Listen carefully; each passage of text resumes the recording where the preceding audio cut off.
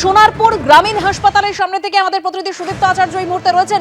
সুদীপ্ত, এখনো পর্যন্ত 8 জনের মৃত্যুর খবর পাওয়া যাচ্ছে।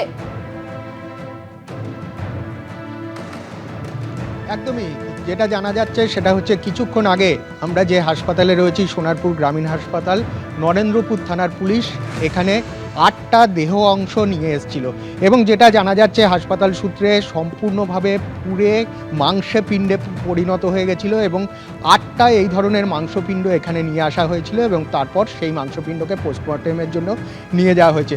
এবং যেটা জানা যাচ্ছে হাসপাতাল সূত্রে এবং পুলিশ সূত্রে যেটা জানা যাচ্ছে, শনাক্তকরণের কোনো রকম কিন্তু উপায় এইখানে নেই।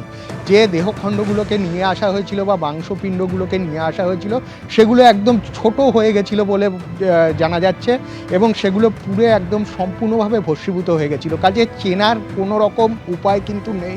এবং এই ধরনের 8টা মাংসপিণ্ড, এর মধ্যে অন্তত পক্ষে 8 জনের মৃত্যু হয়েছে কিন্তু এটা বলাই যায়। এবং এই এক একটা মাংসপিণ্ডের মধ্যে যদি কোনোভাবে একাধিক ব্যক্তি থাকে তাহলে কিন্তু তার বেশি মানুষেরও মৃত্যু হতে পারে, কারণ আমরা জানি বহু মানুষ কিন্তু এখনো পর্যন্ত নিখোঁজ এবং তাদের খোঁজ চলছে। এবং যেভাবে বডিগুলো এসছিল এখানে সোনারপুরে বা এই মাংসপিণ্ডগুলো সোনারপুর গ্রামীণ হাসপাতালে নিয়ে আসা হয়েছিল, সেটা কিন্তু জানা যাচ্ছে যে কোনোভাবে শনাক্তকরণের উপায় নেই, ফলত ডিএনএ টেস্টই কিন্তু একমাত্র উপায়। এবং সেই কারণে নরেন্দ্রপুর থানায় কিন্তু যারা নিখোঁজ আছেন তাদের পরিবারকে রক্ত দিতে বা ডিএনএ স্যাম্পেল দিতে বলা হয়েছে বলে আমরা পুলিশ সূত্রে জানতে পারছি।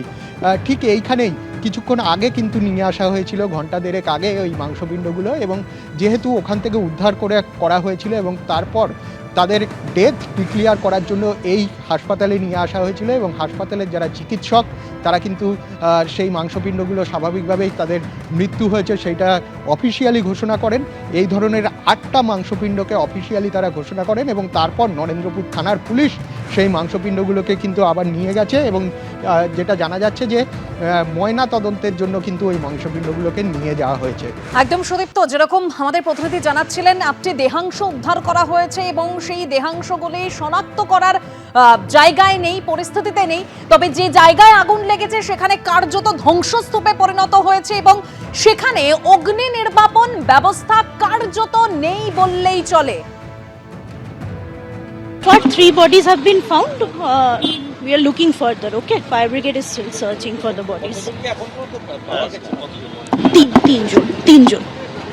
তিনজন আছে, আমরা এখনো খোঁজাখুঁজি চলছে। ঠিক আছে, কাজ চলছে আমাদের। ম্যাম, মৃতদেহ যেগুলো পাওয়া গেছে সেগুলো কি অবস্থা আছে? ফর লিগ্যাল প্রসেস চালু হয়েছে, চলছে। ঠিক আছে, যেমন যা প্রসেস আছে চলছে, ফার্দার মানে জানা যাবে।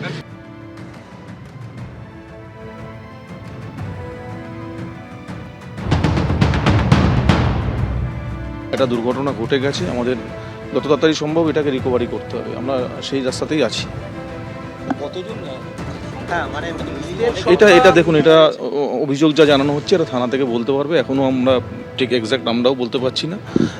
তবে নিশ্চিতভাবে পুলিশ এসছে, এসডিও সাহেব এসছেন এখানে, তারা নিশ্চিত আগামীকালের মধ্যে আমরা হয়তো এটা শর্ট আউটে বার করতে পারবো। স্থানীয় বাসিন্দারা যেটা বলছেন এবং আমরাও কিছুটা যতটা ভেতরে ঢুকতে পেরেছি, ফায়ার ফাইটিং সিস্টেম ছিল এত বড় একটা কারখানা। দেখুন, এখন এগুলো না তোলাই হলো প্রশ্নগুলো। আগে যে কাজটার জন্য এসছি, আপনারাও এসছেন, আমরাও এসছি, সবাই মিলে আগে উদ্ধার কাজটা সম্পন্ন হোক। এবিপি আনন্দ এগিয়ে থাকে, এগিয়ে রাখে।